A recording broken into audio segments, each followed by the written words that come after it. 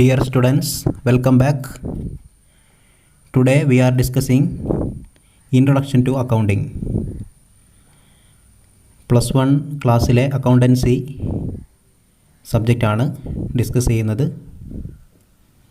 2021 exam പ്രകാരമുള്ള വിദ്യാഭ്യാസ board പുറത്തിറക്കിയ ഫോക്കസ് ഏരിയയിൽ നിന്നുള്ള ഭാഗങ്ങൾ മാത്രമാണ് നമ്മൾ ഡിസ്കസ് ചെയ്യുന്നത്.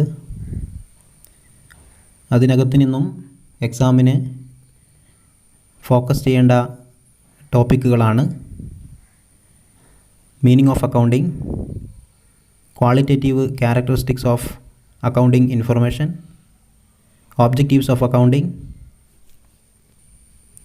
And basic terminologies in accounting. ഈ ടോപ്പിക്കുകളാണ് ഇൻട്രൊഡക്ഷൻ ടു അക്കൗണ്ടിങ് എന്ന ഭാഗത്ത് നിന്ന് നമ്മൾ പഠിച്ചിരിക്കേണ്ടത്. ഇന്നത്തെ വീഡിയോയിൽ meaning and objectives of accounting ആണ് നമ്മൾ നോക്കുന്നത്. First of all, meaning of accounting. Meaning of accounting എന്ന് പറയുമ്പോൾ AICPA നൽകുന്ന ഡെഫിനിഷൻ പഠിച്ചാൽ മതിയാകും. അതിനകത്ത് തന്നെ അക്കൗണ്ടിങ് എന്താണ്, അക്കൗണ്ടിങ്ങിനകത്ത് നടക്കുന്ന കാര്യങ്ങൾ എന്തൊക്കെയാണ്, A to Z കാര്യങ്ങൾ പറഞ്ഞു പോകുന്നുണ്ട്. അപ്പോൾ ഡെഫിനിഷനിലേക്ക് പോവാം. Accounting is the art of recording, classifying and summarising in a significant manner and in terms of money transactions and events which are in part at least of a financial character and interpreting the result thereof. അക്കൗണ്ടിങ്ങിൽ നടക്കുന്ന A to Z കാര്യങ്ങൾ ഇതിനകത്ത് പ്രതിപാദിച്ചിരിക്കുന്നു. First of all, accounting is the art. Accounting ഒരു കലയാണ്. കല എന്ന് പറയുമ്പോൾ നമുക്കറിയാം കണ്ടിന്യൂസ് പ്രാക്ടീസും അതേപോലെ പ്രാക്ടിക്കൽ നോളജും സ്പെഷ്യലൈസ്ഡ് ബോഡി ഓഫ് സ്കിൽസും ഒക്കെ അടങ്ങിയതാണ്. വളരെ ആസ്വാദപൂർവം ചെയ്യാൻ പറ്റിയ ഒരു കാര്യമാണ് കല എന്ന് പറയുന്നത്. അപ്പോൾ അക്കൗണ്ടിങ് ഒരു കലയാണ്. It is an art. അക്കൗണ്ടിങ്ങിനെ നമ്മൾ ആസ്വാദപൂർവം ചെയ്യുന്ന രൂപത്തിലേക്ക് വരണം. Okay, how it is an art? It is the art of recording, classifying and summarising. അക്കൗണ്ടിങ്ങിൻ്റെ ആദ്യപടി എന്ന് പറയുന്നത് റെക്കോർഡിംഗ് ആണ്. ഫിസിക്കൽ എവിഡൻസിൽ നിന്നും ബില്ലിൽ നിന്നുമുള്ള റെക്കോർഡിംഗ്. ഫിസിക്കൽ എവിഡൻസ് നോക്കിയിട്ട് സിസ്റ്റമാറ്റിക്കായ രൂപത്തിൽ അതിനെ ആദ്യമായി റെക്കോർഡ് ചെയ്യുന്നു. അതിനെ നമ്മൾ ജേണൽ എൻട്രി എഴുതുക എന്നാണ് പറയുക. ജേണലൈസിങ്, ജേണൽ പ്രിപ്പയർ ചെയ്യുക. ആ ബുക്കിൻ്റെ പേരാണ് ജേണൽ. നമ്മൾ ചെയ്യുന്ന വർക്കിൻ്റെ പേരാണ് ജേണലൈസിങ്. നമ്മൾ ആ ഒരു ബില്ലിലെ ഇടപാടിന് ട്രാൻസാക്ഷൻ എന്നാണല്ലോ പറയാം. അത് നമ്മൾ ബേസിക് ടെർമിനോളജീസ് പറയുമ്പോൾ പറയും എന്താണ് ഇവൻറ്റ്, എന്താണ് ട്രാൻസാക്ഷൻ എന്നൊക്കെ. അപ്പോൾ ഒരു ഇടപാട് നടന്നു കഴിഞ്ഞാൽ അതിനൊരു ഫിസിക്കൽ എവിഡൻസ് ഉണ്ടാവും, ഒരു ബില്ലുണ്ടാവും, ഒരു പ്രോപ്പർ ബില്ല്.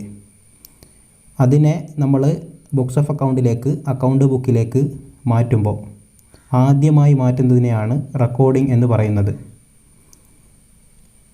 അങ്ങനെ ബില്ലവിടെ മാറ്റി വെച്ച് ആ ബില്ലിന് പകരം നമുക്ക് ട്രാൻസാക്ഷൻ മനസ്സിലാക്കാൻ വേണ്ടി ലോകത്തിൻ്റെ ഏത് കോണിലുള്ള ആളുകൾക്കും മനസ്സിലാവുന്ന രൂപത്തിൽ, വേൾഡ് വൈഡ് ആക്സെപ്റ്റബിളായ രൂപത്തിൽ അതിനെ റെക്കോർഡ് ചെയ്യുമ്പോൾ അതിനെ നമ്മൾ വിളിക്കുന്നത് ജേണലൈസിങ് എന്നാണ്, അഥവാ ജേണൽ എൻട്രി എന്നാണ് പറയാം.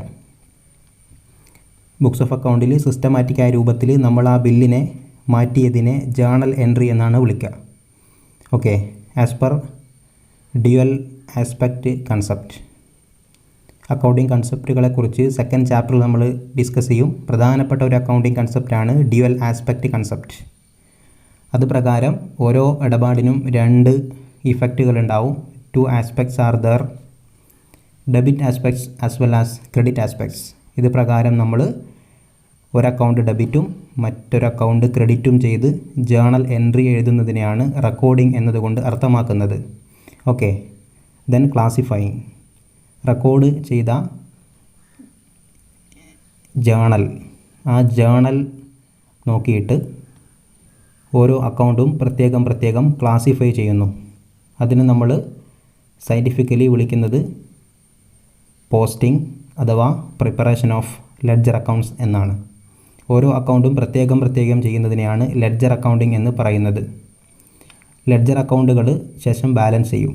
അങ്ങനെ ഓരോ അക്കൗണ്ടുകളുടെയും ബാലൻസ്, മന്ത്ലി ബാലൻസ്, അതേപോലെ ആനുവൽ ബാലൻസ് കണ്ടുപിടിക്കും.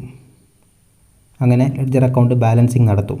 ചില അക്കൗണ്ടുകൾക്ക് ഡെബിറ്റ് ബാലൻസ് ആയിരിക്കും, ചില അക്കൗണ്ടുകൾക്ക് ക്രെഡിറ്റ് ബാലൻസ് ആയിരിക്കും. അങ്ങനെ ചെയ്യുന്ന വർക്കിനെയാണ് ക്ലാസിഫിക്കേഷൻ എന്ന് പറയുന്നത്. ഓക്കെ, ഒരേ സ്വഭാവത്തിലുള്ള ഇടപാടുകൾ, ക്യാഷ് ട്രാൻസാക്ഷൻസ്, അതേപോലെ ക്രെഡിറ്റ് ട്രാൻസാക്ഷൻസ്, ഗുഡ്സുമായി ബന്ധപ്പെട്ട ഇടപാടുകൾ, അസറ്റ്സുമായി ബന്ധപ്പെട്ട ഇടപാടുകൾ, അങ്ങനെ ഷോർട്ട് ടേം ആയിട്ടുള്ളതും ലോങ് ടേം ആയിട്ടുള്ളതുമായ പലതരത്തിലുള്ള ഇടപാടുകൾ സ്ഥാപനത്തിനകത്ത് നടന്നിട്ടുണ്ടാവും. അത്തരം ഇടപാടുകളെ ഒരു കോമൺ സ്വഭാവത്തിലേക്ക് കൊണ്ടുവരിക,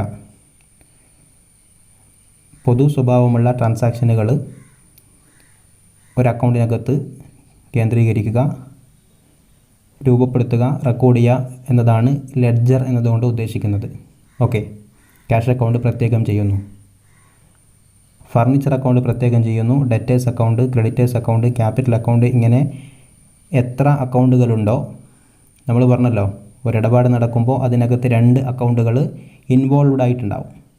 ആ 2 അക്കൗണ്ടുകൾ അങ്ങനെ കണ്ടമാനം ഇടപാടുകൾ നടന്നിട്ടുണ്ടാവും ത്രൂ ഔട്ട് ദ ഇയർ. അപ്പോൾ ആ ഇടപാടുകളൊക്കെ, പൊതു സ്വഭാവമുള്ള ഇടപാടുകളൊക്കെ പ്രത്യേകം ഓരോ അക്കൗണ്ടുകളും പ്രത്യേകം ചെയ്യുന്നതിനെയാണ് ലെഡ്ജർ അക്കൗണ്ട് പ്രിപ്പയർ എന്നത് കൊണ്ട് ഉദ്ദേശിക്കുന്നത്. അതാണ് ക്ലാസിഫിക്കേഷൻ എന്ന് പറയുന്നത്. And summarising. സമ്മറി മീൻസ് വർഷാവസാനം. ഏതൊരു ബിസിനസ്മാൻ്റെയും ആത്യന്തിക ലക്ഷ്യമെന്ന് പറയുന്നത് ബിസിനസ്സിൻ്റെ പ്രവർത്തന ഫലം അഥവാ ഓപ്പറേറ്റിംഗ് റിസൾട്ട് അറിയുക എന്നുള്ളതാണ്. പീരീഡ് കൺസെപ്റ്റ് പ്രകാരം ഒരു നിശ്ചിത സമയത്തിനകം ബിസിനസ്സിൻ്റെ അക്കൗണ്ട് ബുക്കുകൾ ക്ലോസ് ചെയ്യുകയും ഓപ്പറേറ്റിംഗ് റിസൾട്ട് കാണുകയും വേണം. അങ്ങനെ at the end of accounting year എന്നാണ് പറയുക. ജനറലി അത് 12 months പീരീഡാണ്. ക്ലോസിംഗ് ഡേ എന്ന് പറയുമ്പോൾ മാർച്ച് 31 ആയിരിക്കും, അല്ലെങ്കിൽ ഡിസംബർ 31 ആയിരിക്കും. As the case may be based on the organisation. It may vary from firm to firm. Calendar ഇയറാണ് ഫോളോ ചെയ്യുന്നതെങ്കിൽ ക്ലോസിംഗ് ഡേ വരുന്നുണ്ടാവുക ഡിസംബർ 31 ആയിരിക്കും. ഇനി അക്കൗണ്ടിങ് ഇയറാണ്, ഫിനാൻഷ്യൽ ഇയറാണ് ഫോളോ ചെയ്യുന്നതെങ്കിൽ അവിടെ മാർച്ച് 31 ആണ് ക്ലോസിംഗ് ഡേ. അവിടെ അക്കൗണ്ടിങ് ഇയറായിട്ട് പറയുന്നുണ്ടാവുക ഏപ്രിൽ 1 ടു മാർച്ച് 31 എന്നാണ്. എനിവേ, ക്ലോസിംഗ് ഡേയിൽ നമ്മൾ ചെയ്യുന്ന വർക്കിനെയാണ് സമ്മറി എന്ന് പറയുന്നത്, സമ്മറൈസിങ്. അതാണ് അക്കൗണ്ടിങ്. നേരത്തെ പറഞ്ഞ റെക്കോർഡിംഗ് ആൻഡ് ക്ലാസിഫൈയിങ് ബുക്ക് കീപ്പിങ്ങിൻ്റെ ഭാഗമാണ്. ഓക്കെ, അപ്പോൾ നമ്മൾ സമ്മറൈസിങ് ആണ് ഇപ്പോൾ ചെയ്തുകൊണ്ടിരിക്കുന്നത്. ഫൈനൽ അക്കൗണ്ട് പ്രിപ്പയർ ചെയ്യുക. ഫിനാൻഷ്യൽ സ്റ്റേറ്റ്മെൻറ്റ്സ് എന്നാണ് അതിന് പേര് വിളിക്കുന്നത്. ഫിനാൻഷ്യൽ സ്റ്റേറ്റ്മെൻറ്റ്സ് എന്ന് പറയുമ്പോൾ trading and profit and loss account and balance sheet, operating result അറിയാൻ വേണ്ടി net profit or net loss, ഒരു വർഷത്തെ പ്രവർത്തന ഫലം ലാഭമാണോ നഷ്ടമാണോ എന്നറിയാൻ വേണ്ടി ചെയ്യുന്നതാണ് ഫൈനൽ അക്കൗണ്ടിലെ ആദ്യപടിയായിട്ടുള്ള trading and profit and loss account. യഥാർത്ഥത്തിൽ അത് 2 അക്കൗണ്ടുകളാണ്, trading account and profit and loss account. നമ്മൾ ചെയ്യുന്നത് ഒന്നിച്ചാണ്. ട്രേഡിംഗ് അക്കൗണ്ടിൻ്റെ റിസൾട്ട് എന്ന് പറയുന്നത് gross profit or gross loss ആണ്. നമുക്കറിയാം ട്രേഡിംഗ് അക്കൗണ്ടിനകത്ത് only direct items are to be considered. Then profit and loss അക്കൗണ്ടിനകത്ത് ഇൻഡയറക്റ്റ് എക്സ്പെൻസുകൾ, ഇൻഡയറക്റ്റ് ഇൻകംസുകൾ കൺസിഡർ ചെയ്തുകൊണ്ട് അതിൻ്റെ അഡ്ജസ്റ്റ്മെൻറ്റാണ് നടത്തുന്നുണ്ടാവുക. പ്രോഫിറ്റ് ആൻഡ് ലോസ് അക്കൗണ്ടിൻ്റെ സ്റ്റാർട്ടിംഗ് പോയിൻറ്റ് ഗ്രോസ് പ്രോഫിറ്റ് ആണ്, അല്ലെങ്കിൽ ഗ്രോസ് ലോസ് ആണ്. അതിൻ്റെ റിസൾട്ട് നെറ്റ് പ്രോഫിറ്റ് ആണ്. ഈ നെറ്റ് പ്രോഫിറ്റിനെ നമ്മൾ ബാലൻസ് ഷീറ്റ് ചെയ്യുന്ന സമയത്ത് ബാലൻസ് ഷീറ്റിൻ്റെ ലാബിലിറ്റി സൈഡിലേക്ക് ട്രാൻസ്ഫർ ചെയ്യണം. ലാബിലിറ്റീസ് ആൻഡ് ക്യാപിറ്റൽ സൈഡ് ഉണ്ടല്ലോ, അവിടെ ട്രാൻസ്ഫർ ചെയ്തിട്ട് ക്യാപിറ്റലുമായിട്ട് ആഡാണ് ചെയ്യേണ്ടത് നെറ്റ് പ്രോഫിറ്റ് ആണെങ്കിൽ. അഥവാ നെറ്റ് ലോസ് ആണെങ്കിൽ ക്യാപിറ്റലിൽ നിന്ന് ലെസ് ചെയ്യാൻ പാടാം. അതിൻ്റെ ട്രീറ്റ്മെൻറ്റ് അവിടെയാണ് വരുന്നുണ്ടാവുക. ഓക്കെ, ഇനി രണ്ടാമതായിട്ടുള്ള സ്റ്റേറ്റ്മെൻറ്റാണ് ബാലൻസ് ഷീറ്റ്. ഫിനാൻഷ്യൽ സ്റ്റേറ്റ്മെൻറ്റ്സ് എന്ന് പറയുന്നതിൻ്റെ രണ്ടാമത്തെ സ്റ്റേറ്റ്മെൻറ്റാണ് ബാലൻസ് ഷീറ്റ് എന്ന് പറയുന്നത്, അഥവാ പൊസിഷൻ സ്റ്റേറ്റ്മെൻറ്റ്. ഫൈനാൻഷ്യൽ പൊസിഷൻ കാണിക്കാൻ വേണ്ടി ചെയ്യുന്ന statement. Liabilities and assets, position of liabilities and assets കാണിക്കുന്ന ഒരു സ്റ്റേറ്റ്മെൻറ്റാണ് ബാലൻസ് ഷീറ്റ് എന്ന് പറയുന്നത്. At any point of time total assets is equal to total liabilities. Accounting equation നമ്മൾ നെക്സ്റ്റ് ചാപ്റ്ററിൽ പറയും. അപ്പോൾ അതാണ് അതുകൊണ്ട് ഉദ്ദേശിക്കുന്നത്. അക്കൗണ്ടിങ് ഇക്വേഷൻ പ്രൂവ് ചെയ്യുക എന്നുള്ളത്. ഏത് സമയത്തും ടോട്ടൽ അസറ്റ്സ് ടോട്ടൽ ലാബിലിറ്റീസിന് തുല്യമായിരിക്കും. അത് മാർച്ച് 31 ആവണമെന്നില്ല. ഏത് സെക്കൻഡിൽ നമ്മൾ സ്ഥാപനത്തിലെ അസറ്റ്സും ലാബിലിറ്റീസും പരിശോധിക്കുകയാണെങ്കിൽ അത് ഈക്വൽ ആയിരിക്കും. ഓക്കെ, എന്തിടപാട് സംഭവിക്കുമ്പോഴും അതിൽ മാറ്റങ്ങൾ സംഭവിക്കുന്നില്ല. എമൗണ്ടുകൾ മാറുന്നുണ്ടെങ്കിലും total assets are equal to total liabilities. Okay, ഇനി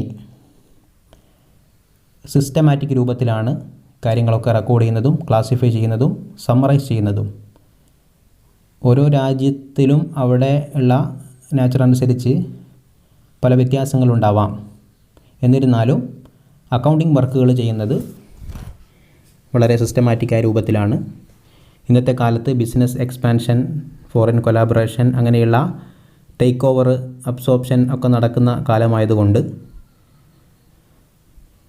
അക്കൗണ്ടിംഗ് ഇൻഫർമേഷൻ്റെ യൂസേഴ്സ് ആയിട്ടുള്ള നമ്മൾ ശേഷം പറയും, ഒബ്ജക്റ്റീവ്സ് ഓഫ് അക്കൗണ്ടിംഗ് പറയുമ്പോൾ പറയും, അക്കൗണ്ടിംഗ് ഇൻഫർമേഷൻ പല ആളുകളും യൂസ് ചെയ്യുന്നുണ്ട്.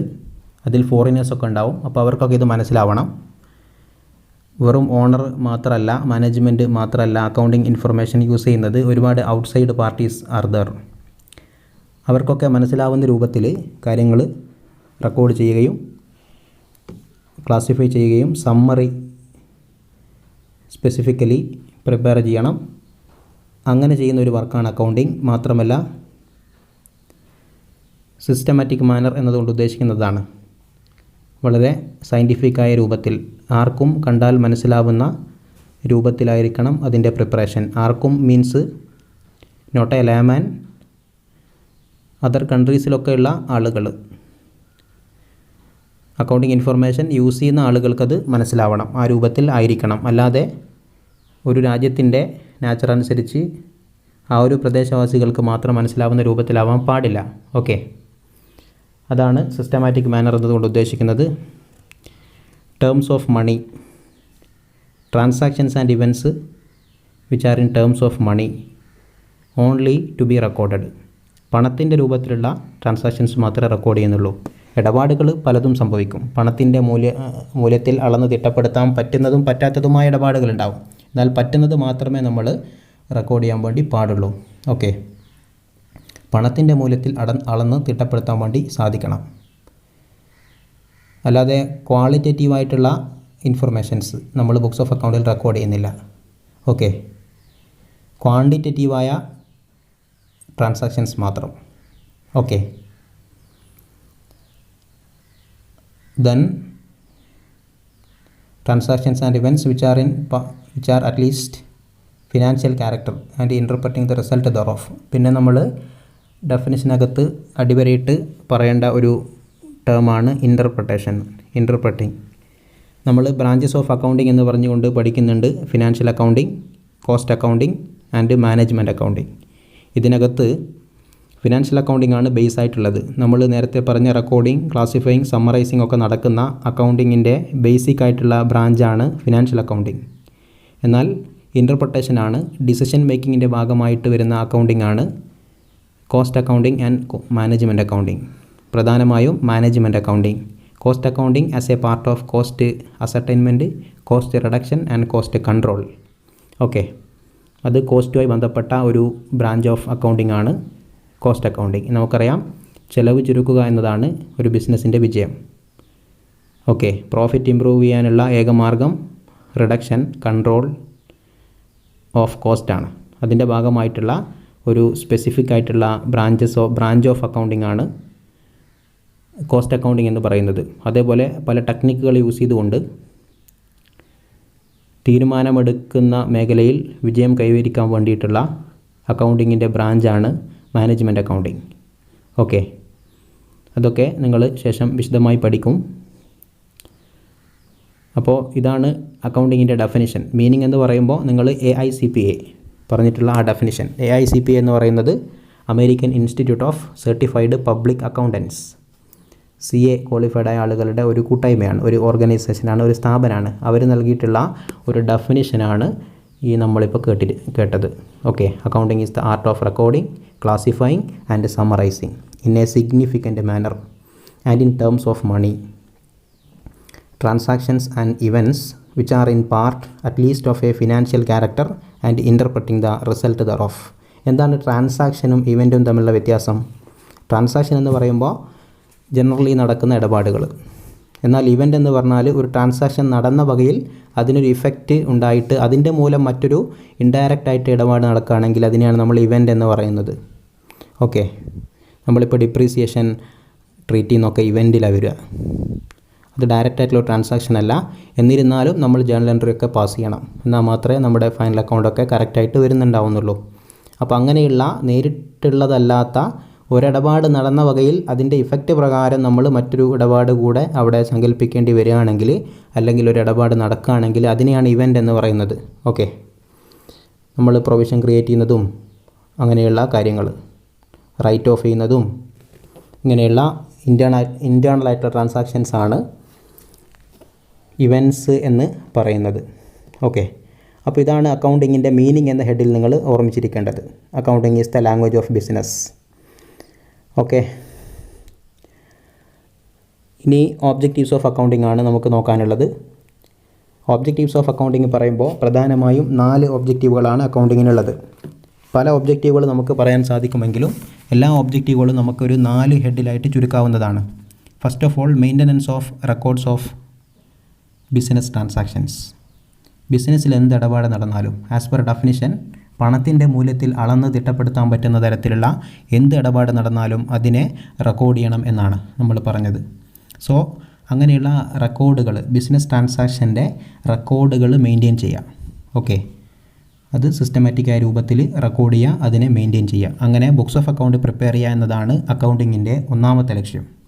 രണ്ടാമതായിട്ട് ascertainment of profit or loss, ഒരു വർഷത്തെ പ്രവർത്തന ഫലം, ഓപ്പറേറ്റിംഗ് റിസൾട്ട് കാണുക എന്നതാണ് രണ്ടാമത്തെ ഒബ്ജക്റ്റീവ്.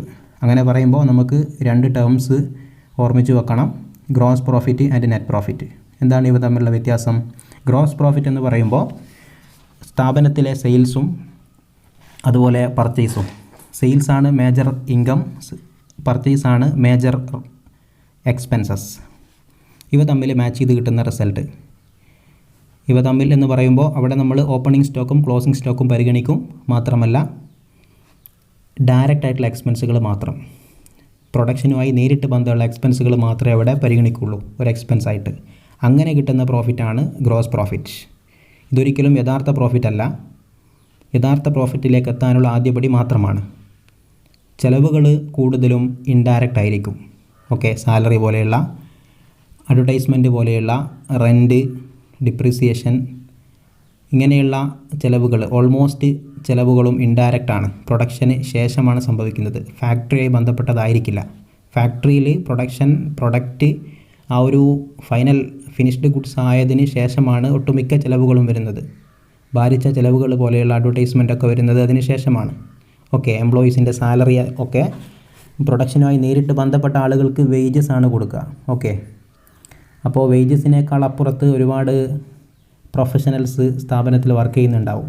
അവർക്കൊക്കെ കൊടുക്കുന്ന ഒഫീഷ്യൽസിനും മറ്റ് അഡ്മിനിസ്ട്രേറ്റീവ് വർക്കേഴ്സിനൊക്കെ കൊടുക്കുന്ന പേയ്മെൻറ്റുകളൊക്കെ സാലറി എന്നാണ് പറയുക. അതൊക്കെ ഇൻഡയറക്റ്റ് എക്സ്പെൻസുകളാണ്. ഇത്തരം എക്സ്പെൻസൊക്കെ മൈനസ് ചെയ്തിട്ടാണ് നമുക്ക് യഥാർത്ഥ പ്രോഫിറ്റ് ലഭിക്കുന്നത്. ഓക്കെ, അപ്പോൾ യഥാർത്ഥ പ്രോഫിറ്റ് നെറ്റ് പ്രോഫിറ്റാണ്. ആ നെറ്റ് പ്രോഫിറ്റ് എന്ന് പറയുന്നത് നേരത്തെ നമ്മൾ പറഞ്ഞ ഗ്രോസ് പ്രോഫിറ്റിൽ നിന്നും ഇൻഡയറക്റ്റ് എക്സ്പെൻസുകൾ ലെസ് ചെയ്യുക, എന്നിട്ട് ഇൻഡയറക്റ്റ് ഇൻകംസ് ഉണ്ടെങ്കിൽ അത് ആഡും ചെയ്യുക. ഇൻഡയറക്റ്റ് ഇൻകം മീൻസ് നമ്മൾ പറഞ്ഞു ഡയറക്റ്റ് ഇൻകം എന്ന് പറയുന്നത് സെയിൽസ് മാത്രമാണ്. ഇയാളുടെ ബിസിനസ്മാൻ്റെ റെഗുലറായിട്ടുള്ള ആക്ടിവിറ്റി, അയാളുടെ മെയിൻ പരിപാടി എന്താണോ അതിൽ നിന്നും ലഭിക്കുന്ന വരുമാനത്തെ മാത്രമാണ് ഗുഡ്സ് വിറ്റ് കിട്ടുന്ന ക്യാഷ് അല്ലെങ്കിൽ സർവീസ് റെൻഡർ ചെയ്ത് കിട്ടുന്ന ക്യാഷ്, അതിനെയാണ് സെയിൽസ് എന്ന് പറയുന്നത്. ഓക്കെ, എന്നാൽ മറ്റ് ചില വരുമാനങ്ങൾ കൂടി ബിസിനസ്മാൻ ഉണ്ടാവാം. അതായത് commission received, rent received, discount received, dividend received, interest received, ഈ പറയുന്നതൊക്കെ ഇൻഡയറക്റ്റ് ഇൻകംസ് ആണ്. അത് ഓപ്പറേറ്റിംഗ് ആവാം, നോൺ ഓപ്പറേറ്റിംഗ് ആവാം. Profit on sale of fixed assets, ഇതൊക്കെ ഇൻഡയറക്റ്റ് ഇൻകംസ് ആണ്. ഇതിനൊക്കെ നമ്മൾ ആഡ് ചെയ്യണം, അതൊക്കെ ഇൻകമായിട്ട് പരിഗണിക്കണം. നമ്മൾ സെയിൽസ് മാത്രമേ നേരത്തെ പരിഗണിച്ചിട്ടുള്ളൂ. അപ്പോൾ ഇങ്ങനെയുള്ള ഇൻഡയറക്റ്റ് ഐറ്റംസിൻ്റെ അഡ്ജസ്റ്റ്മെൻറ്റ് കൂടെ നടത്തിയാൽ കിട്ടുന്ന റിസൾട്ടാണ് നെറ്റ് പ്രോഫിറ്റ് എന്ന് പറയുന്നത്. ഓക്കെ, ആ നെറ്റ് പ്രോഫിറ്റാണ് യഥാർത്ഥ പ്രോഫിറ്റ്. അപ്പോൾ ഇത്രയും കാര്യങ്ങളാണ് നിങ്ങൾ പ്രോഫിറ്റ് ഓർ ലോസ് കണ്ടുപിടിക്കുക എന്ന ഭാഗത്ത് നിന്ന് ഓർമ്മിച്ച് വെക്കേണ്ടത്.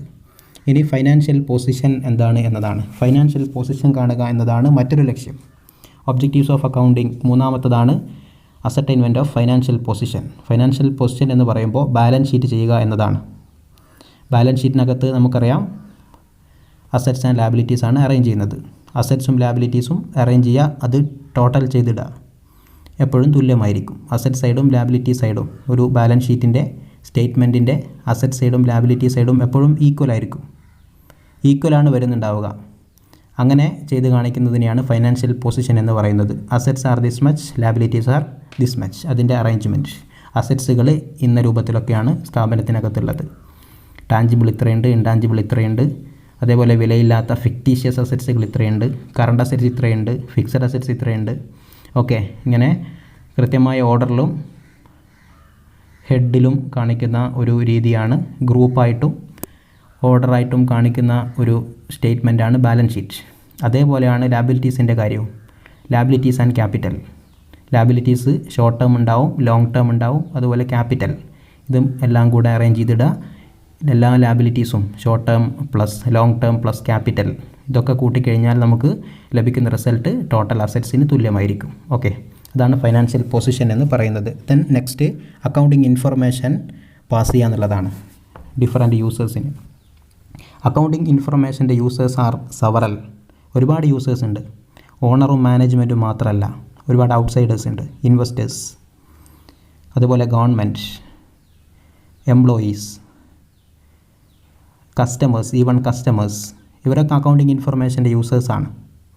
ഓക്കെ, സപ്ലയേഴ്സ്, ഇവർക്കൊക്കെ അക്കൗണ്ടിങ് ഇൻഫർമേഷൻ പാസ് ചെയ്യാം എന്നതും അക്കൗണ്ടിങ് വർക്ക് ചെയ്യുന്നതിൻ്റെ ഒരു ലക്ഷ്യമാണ്. ഓക്കെ, ഒരുപാട് ഇൻട്രസ്റ്റഡ് പാർട്ടീസ് ആർ ദർ. അപ്പോൾ ഇവർക്കൊക്കെ ഗവൺമെൻറ്റിന് ടാക്സ് പർപ്പസിന് വേണ്ടി, ഇൻവെസ്റ്റേഴ്സിന് ന്യൂ പൊട്ടൻഷ്യൽ ഇൻവെസ്റ്റേഴ്സ് ഉണ്ടാവും, അപ്പോൾ അവർക്ക് ഇൻവെസ്റ്റ്മെൻറ്റ് പർപ്പസിന് വേണ്ടി, suppliers they are the creditors of the business, അങ്ങനെ ഒരുപാട് ആളുകൾക്ക്, അതേപോലെ കസ്റ്റമേഴ്സിന് റീസണബിൾ പ്രൈസിലാണോ ക്വാളിറ്റി പ്രോഡക്റ്റ്സ് ഇവർക്ക് ലഭിക്കുന്നത് എന്നൊക്കെ അറിയാൻ വേണ്ടി, ഈവൺ പബ്ലിക്, ഒരു കമ്പനിയുടെ ഒരു ബിസിനസ് സ്ഥാപനത്തിൻ്റെ ഓപ്പറേറ്റിംഗ് റിസൾട്ട്, അതുപോലെ ഫൈനാൻഷ്യൽ പൊസിഷൻ, ഫിനാൻഷ്യൽ സ്റ്റേറ്റ്മെൻറ്റ്സ് നിർബന്ധമായിട്ടും ഔട്ട് ചെയ്തിരിക്കണം. ഇത് ഒരുപാട് യൂസേഴ്സിൻ്റെ മുമ്പിൽ പ്രദർശിപ്പിച്ചിരിക്കണം. ഓക്കെ, അങ്ങനെ ഒരുപാട് യൂസേഴ്സ് പുറത്തിരിക്കുന്നുണ്ട്. അവർക്കൊക്കെ accounting information, qualitative information pass ചെയ്യുക എന്നതാണ് അതുകൊണ്ട് ഉദ്ദേശിക്കുന്നത്. ഇങ്ങനെ 4 ലക്ഷ്യങ്ങൾ നമുക്ക് ഒതുക്കാവുന്നതാണ്. ഒബ്ജക്റ്റീവ്സ് ഓഫ് അക്കൗണ്ടിങ് പറയുമ്പോൾ ഈ 4 ഒബ്ജക്റ്റീവ്സ് പറഞ്ഞു പോയാൽ മതിയാകും. ഓക്കെ, ഒന്നുകൂടെ റിവൈസ് ചെയ്യാം. Maintenance of records of business transactions, then ascertainment of profit or loss, third one ascertainment of financial position. The next is, fourth one is passing of accounting information to users. Okay dears, അപ്പോൾ ഇന്നത്തെ വീഡിയോയിൽ നമ്മൾ discuss ചെയ്തത് introduction to accounting എന്ന യൂണിറ്റിലെ 2 കാര്യങ്ങളാണ്. ആദ്യമായിട്ട് meaning of accounting, the next is objectives of accounting. Okay, ഇനി അതിനകത്ത് ബേസിക് ടെർമിനോളജീസും അതുപോലെ ക്വാളിറ്റേറ്റീവ് ഇൻഫർമേഷൻസിൻ്റെ, അക്കൗണ്ടിങ് ഇൻഫർമേഷൻസിൻ്റെ ക്യാരക്ടറിസ്റ്റിക്സുമാണ് പറയാനുള്ളത്. ആ 2 കാര്യങ്ങൾ നമുക്ക് നെക്സ്റ്റ് പാർട്ട് വീഡിയോയിൽ ചെയ്യാം. Let us see again. Thank you for all.